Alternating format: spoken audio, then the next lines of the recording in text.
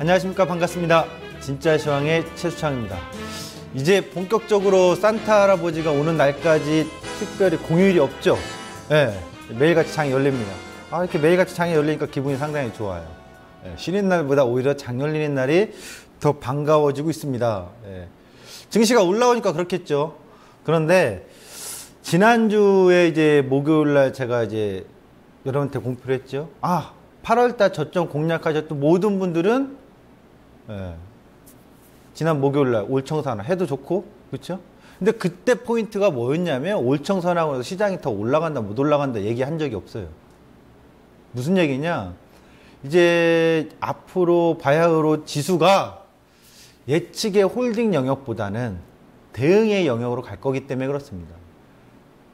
그래서 이제 또 이 방송이 이제 제가 언제까지 할지는 뭐 10년 내내 해도 좋다라고 하시는 분들이 계신지 모르겠어요. 10년 동안 할 수 있을까요? 계속 했으면 좋긴 한데 어쨌든 또 개편을 앞두고 나서 제가 이 방송을 통해서 전략을 드릴 수 있는 시간이 한정돼 있잖아요. 그 시간 안에 또 전략을 새로 짜드리려고 그러는 거예요. 그럼 오늘 지수가 올라가면 앞으로 어떻게 또 전개가 될 건지 한번 설명을 또 드리도록 하겠습니다. 자, 코스피 지수 어떻게 움직이는지 한번 보도록 하겠습니다. 지금 지수가 움직이는 게 2025, 26 전일 종가 대비 0.3%. 근데 3대 지수 한번 보여주실래요? 특이점이 있어서 그래요. 선물, 코스피 200 이렇게 보여주시면 퍼센트가 안 나오군요.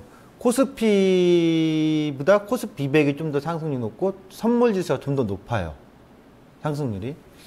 이게 뭘 의미하는 건지, 오늘 올라가는 흐름에 있어서 이 흐름이 얼마나 지속될 건지, 이게 굉장히 중요한 시점이 돼버렸어요.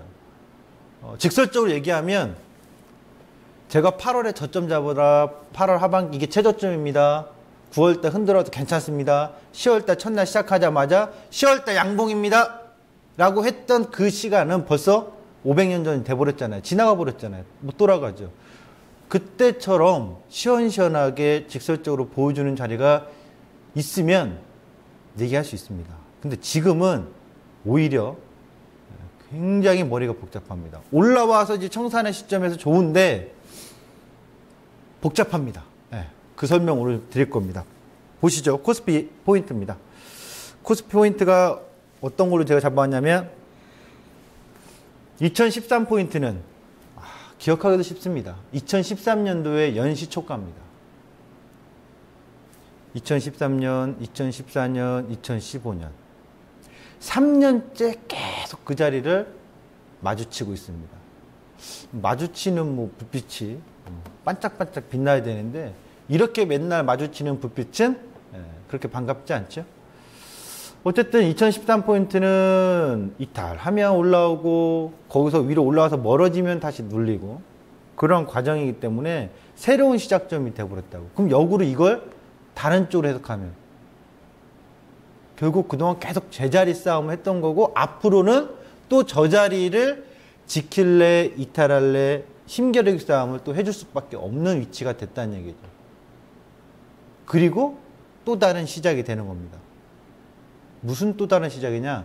정말로 내년장까지 예상을 해봤을 때 이 위치에서 내년 장세가 2200, 2300을 갈 수 있는 힘이냐? 아니면 올해 최고점이 2189포인트가 내년에 넘기 어렵고 밑으로 계속 꾸역꾸역 유유히 흘러가면서 약세로 계속 갈 거냐? 아주 굉장히 중요한 자리까지 와버렸다고요.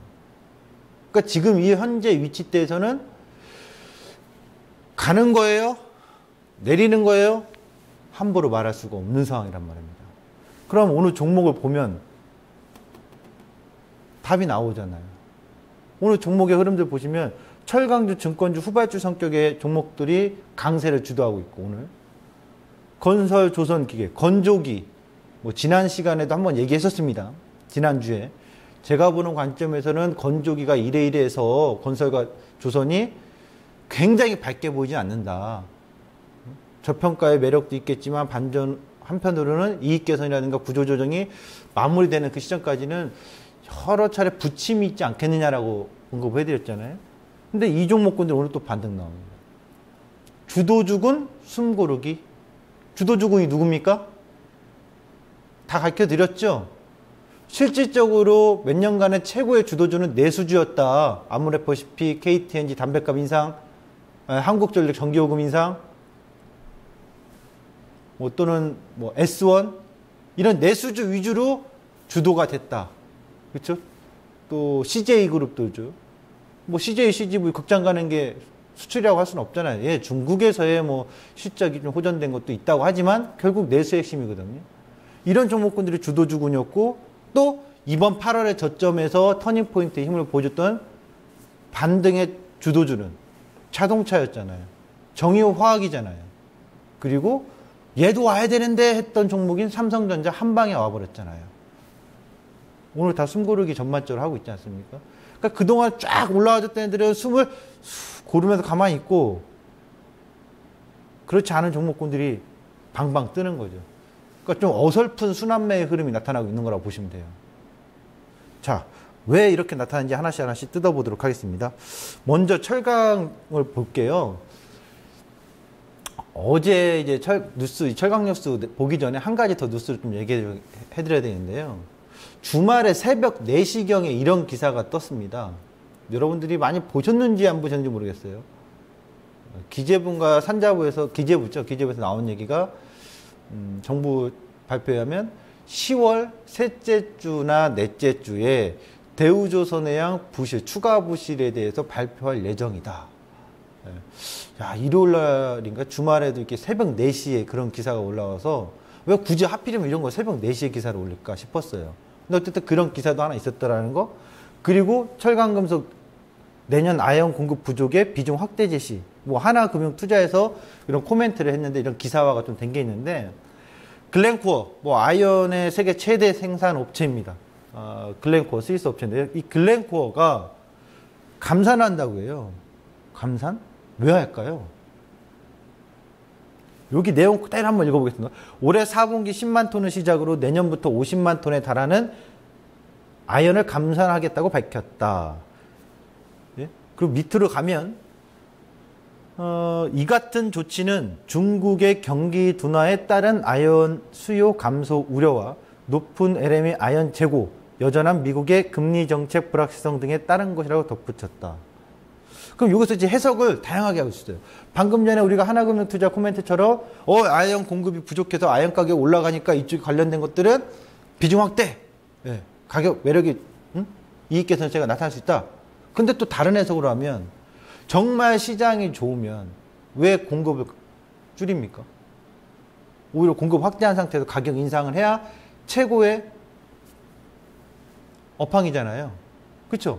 가격 인상하는데도 수요차가 확대돼가지고 공급은 계속 증설하고 이럴 때 막 이 기업의 가치가 증가한다고 우리가 예상하죠. 하지만 지금 상황은 그동안 얼마나 버티다 안 좋았으면 이제 와서 감산을 하냐. 네? 그래서 이익 개선세를 통해서 일정 부분 뭐 고용의 구조조정을 통해서 이익을 좀 맞춰서 버텨나가게 하려고 하는 건지 이렇게 해석할 수도 있는 거거든요. 그래서 꼭 비중 확대 전략이라고 볼 수는 없다 이거예요. 제가 봤을 때.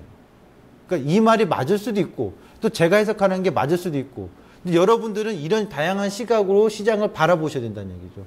자, 그러면 그동안의 글렌코어의 주가 추이를 한번 보도록 하겠습니다. 글렌코어 주가 추이를 한번 딱 볼까요? 그러면 이 회사가 최근 몇 년간에 이게 주가 추이거든요. 올해 저점 깨고 막 쭉쭉 내려갔어요. 올해 보시면 올라갔다가 초반에 좀 올라간 척 했다가 쭉 빠졌거든요. 예, 그쵸. 그 자리거든요. 그러니까 글렌코어는 실적으로 아이언 시세하고 굉장히 연동되어 있는 건데 그동안 얼마나 안 좋았으면 더 이상 버티다 못해서 감산을 얘기할까. 이렇게 좀 생각을 해볼 필요성이 있다라고 보여집니다. 아이언 시세를 보겠습니다. 산자부에 가면 제공이 됩니다. 이 아이언 시세는. 보도록 하죠. 결국 올 초에 좀 막 좋게 나오다가 훅 떨어졌죠. 그리고 지금 최근에 이제 반등이 쫙 나오고 있지 않습니까? 글렌코어 주가는 거의 아이언 시세하고 뭐 상관관계가 굉장히 높을 수밖에 없죠. 세계 최대 생산 업체니까. 그럼 이걸 봤을 때는 가격의 어떤 상승의 요인이 나타나서 일정 부분 이익이 개선될 수 있는 가능성은 있으나 당장에 이것이 지속적인 성장의 포인트라고 보기에는 어려운 거죠. 그렇다면 내년 1분기, 길면 상반기, 짧으면 제가 볼 때는 1분기 정도, 올 4분기나 내년 1분기 요 구간 안에서의 아이언 시세 강세에 따른 일정 부분 기대 효과는 있겠지만 이것이 지속적인 기업의 실적 성장을 이끌 만한 핵심의 모멘텀이라고 보기에는 어렵다. 오늘 고려아연 빵 떴죠. 철강들도 마찬가지예요. 그럼 이제 고려아연도 같이 본 관점에서 철강주까지 같이 보겠습니다. 철강주는요, 이거를 좀 하나 보셨으면 좋겠어요. 현대제철. 제가 항상 이제 기업의 실적의 팩트적인 사실을 접근해서 봐라라고 하지 않습니까? 보시면 주가가 지금 빠지는 거 보실 거고요. 자, 매출은 2012년, 13년, 14년 매출은 148, 135, 167 증가하고 있는데 영업이익은 88, 76, 149, 157 이건 예상치입니다. 마지막 건. 하지만 예상치 떠나서도 2014년도에 실적 괜찮게 나왔는데 올 상반기 실적도 그렇게 나쁘지 않고 적정하게 나왔는데 왜 주가는 저 모양으로 빠질까? 의구심을 갖게 되는 거죠. 먼저 저PBR의 저평가 매력은 분명히 있습니다. 현대제철은. 네. 실적도 매출도 이렇게 매출 잘 나오고 있고 영업이익도 뭐 확 무너지지도 않고 긍정적이라고 적정하게 나오고 있는 상황에서 왜 이렇게 빠질까? 상대적으로 낮은 ROE 수준, 자기 자본 이익률이 굉장히 낮아지고 있어요. 저 맨 밑에 거 화면 볼까요? 맨 밑에 화면을 보시면 여기에 2012년도에서는 ROE가 8.41, 2013년도에는 6.01, 전년도에는 5.70. 지금 분기별로도 3.35, 2.76, 분기별로도 계속 ROE가 낮아지고 있다. 이게 아니죠. 7.09, 5.74, 3.06. 분기별로도 점진적으로 낮거든요. 그러니까 자기 자본 이익률 자체가 낮은 거에 있어서 상대적으로 주가의 상승 모멘텀이 제약적이고 제한되고 있다. 이렇게 좀 볼 수가 있겠죠. 포스코도 한번 볼까요? 포스코도 보시면 똑같습니다. 분명 저PBR입니다. 매출도 크게 변화가 없고요. 영업이익도 뭐 좀 감소하기, 현대제철하고 좀 다르게 좀 감소한 국면도 있지만 그래도 이 정도까지 낮아질까? 근데 보시면 이것도 낮은 ROE. ROE가 계속 낮아지고 있어요. 6.33에서 3.38, 1.50, 전년도 1.50까지. 뭐 6.3에서 1.5까지니까 뭐 거의 뭐 4분의 1 토막이 팍 나버린 거죠. 2.11. 올해 3분기도 전망이 0.56, 2분기 때 1.92. 굉장히 낮은 ROE, 자기 자본 이익률에 있어서 주가의 상승의 어떤 제한적인 힘이 좀 나타나고 있다. 그리고 조선업체 침체라든가 무분별한 또 기업 투자로 누구요? 포스코에 해당되는 얘기겠죠. 재정 건전성이 좀 악화된 거. 그렇다면 과연 철강업체들 투자 매력은 있을까요? 없을까요? 보면 요 하나의 자료를 하나 좀 더 보면서 설명을 좀 드려보도록 하겠습니다. 자, 보여주시죠. 이건 이제 키움증권에서 올해 정확히 6월달인가요? 그쯤에 한번 나온 자료예요. 5월달, 6월달쯤에. 중국 철강 수출 국가 중 한국의 비중은 압도적이다. 한국은 중국의 최대 수출처. 그러니까 실질적으로 중국에서의 넘쳐나는 공급 과잉이 흘러 들어오는 게 다른 나라보다도 한국이 가장 많이 유입되고 있다는 얘기죠. 그러니까 중국의 공급 과잉 부분에 있어서 영향이 큰 국가가 한국입니다. 일본하고 다르게. 그러니까 이런 점에 있어서 결국 기업의 자기 자본 이익률도 중요하지만 매출이라든가 영업이익도 중요하지만 우리가 철강사의 업황 자체는 중국은 안 입을래야 안 입을 수가 없는 거죠. 중국의 이 공급 과잉이 가격을 왜곡하고 있고 공급과 수요 시장을 그러면서 굉장히 우리나라의 철강 업체들을 어렵게 하고 있는 국면인데 이것이 마무리되는 국면이 이 자료 전체적으로 보면 2018년 정도로 보고 있거든요. 그렇다면 철강 업체들 저평가의 매력은 있지만 지금 당장 어떤 개선세가 확 나타나기보다는 점진적으로 향후에 나타날 가능성으로 보면서 좀 느긋하게 장기적인 저가 매수의 포인트로 만들어가야 되지 않을까. 지금 당장 사서 확 올라갔다고 쫓아갈 게 아니라 뭐 그런 관점으로 좀 여러분들이 철강업체를 좀 보셔야 되지 않을까라고 좀 보여집니다. 자, 이렇게 해서 코스피 포인트를 맞췄고요. 코스닥 포인트로 한번 가도록 하겠습니다. 코스닥은요, 특징주, 크루셜텍, 인테플렉스, 오늘 한 종목이 더 있기는 있습니다만, 들리라고 몇 번 했었기 때문에, 뭐 크루셜텍도 했었던 건데, 이 두 종목의 특징이 비슷한 게 있어요. 보도록 하죠. 먼저 크루셜텍은요, 이겁니다, 내용이. 그 이전에도 뭐 말씀드렸어요. 중국에서의 진민식 솔루션을 이제 공급하게 돼서 하반기에 공시에 보시면 이렇게 매출이 나올 거다라고 공평이 돼서 기대를 해볼 수 있다. 실적 터닝포인트 여부 주목입니다. 몇 년간의 영업이익 적자가 계속 나온 상태에서 올해 과연 3분기, 4분기에 실적 터닝포인트가 기업에서 공식 발표한 대로 하반기에 나타나는지 나타나준다면 주가도 터닝포인트를 만들어 가겠죠. 요거와 비슷한 게 하나 더 있습니다. 인텍플러스. 상장이 되고 나서 무지하게 많이 빠졌거든요. 인테플렉스 실적 자체도 보시면 인테플렉스가 좋지 않아요. 최근 2년간의 인테플렉스의 실적도 영업이익이 적자입니다. 매출액 자체도 계속 줄어들고 있고 정말 좋지 않은 기업이에요. 현재의 재무상이라든가 실적 상황으로 본다면. 근데 올 상반기에 6억, 5억의 터닝포인트 보여줬고 매출액도 73억, 62억, 대략 135억 정도. 그렇다면 전년도 매출액을 뛰어넘은 거 버리잖아요. 1년. 하반기 계속해서 이어지는지 여부를 주목하시고 또 하나의 공시를 보시면 대표이사 및 최대 주주가 변경이 된 공시가 있습니다. 이 종목과 크루셜텍 터닝포인트 하반기 더 이어지는지 지속적으로 이어지는지 또 하나는 이 두 회사 다 공시에서 많은 것들이 쏟아져 나왔거든요. 전자공시에서 많이 활용해서 기준점을 찾아보시면 좋을 것 같습니다. 그래서 이렇게 해서 코스닥 포인트까지 종목을 좀 언급을 해드렸고요. 시장 이슈로 가도록 하겠습니다. 시장 이슈는요, 어리둥절 4분기입니다. 네, 제가 보는 관점에 어리둥절입니다. 왜냐? 외부 요인, 내부 요인 복합적인 해석이 필요합니다. 이 얘기는 뭐냐? 외부 요인 굉장히 많은데 몇 가지만 딱딱딱 얘기해 드릴게요. 첫 번째, 미국의 금리 인상. 이번에 금리 인상하면 어떻게 또 해석이 될지. 신흥국의 자본 유출, 뭐 브라질, 러시아, 중국, 말레이시아라든가 동남아시아 쪽 신흥국들한테는 자본 유출 여부. 그리고 또 본다면은 각 국가들 뭐 산유국도 그렇고 신흥국도 그렇고요. 각 국가들의 채무 부분 다시 한번 주목을 해야 될 거예요. 뭐 그 외에 굉장히 많습니다. 그 다음에 11월 달 가면은 중국의 SDR 편입 여부 위하나. 내부적인 요인은요, 우리나라 재정 현황, 통합 재정 수지, 관리 재정 수지, 내년 예산 여부, 이런 것들 지금 우리가 봐야 되거든요. 국회에서 감사하고 있을 때 우리는 넉넉고 아우 걔네들 떠들든지 말든지 이렇게 보실 게 아니라고요. 그들이 떠들고 얘기하고 있을 때 우리는 자꾸 체크해야 되죠. 내부적인 요인들, 거기다가 내년에 총선, 또 연말에 또 배당, 또 이익 굉장히 많아요. 하여튼 이 복합적인 요인들이 지금 해석이 빙글빙글 돌아요. 네.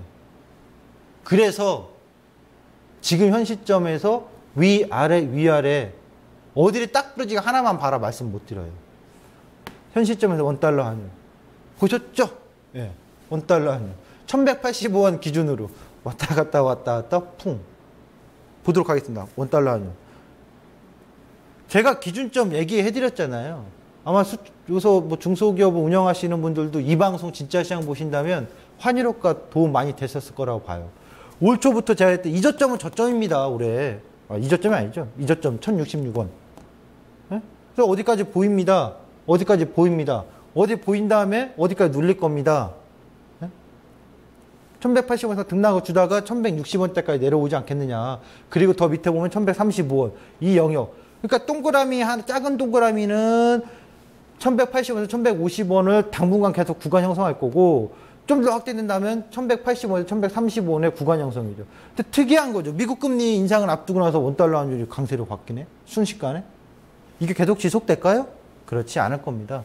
그래서 이 영역에서의 구간 싸움이라고 보시면 돼요. 그럼 얘네 영역에서의 환율이 구간 싸움을 한다면 뻔할 뻔짜죠. 증시는.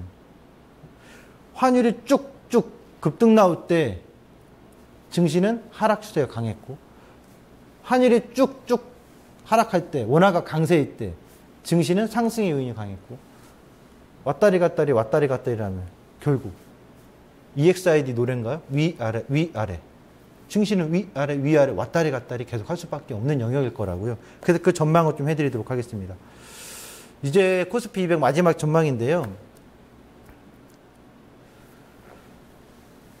정리는 아직 할 건 아닌데 한 번만 잠깐 포인트 보면 5월 18일 날부터 시작을 해서 여기서부터 올라갑니다. 올라갈 자 있습니다. 먹고 청산합니다. 눌릴 자리 기다립시다. 눌림 1, 2, 3차 매수. 반등 시점에 청산합시다. 여기 떨어졌다 올라왔다 모르겠습니다. 모르세 합시다. 이런 데었다리 저런 데었다리. 그리고 나서 여기서부터 반등 쭉 올라올 때 고점 수상합니다. 하방 봅시다.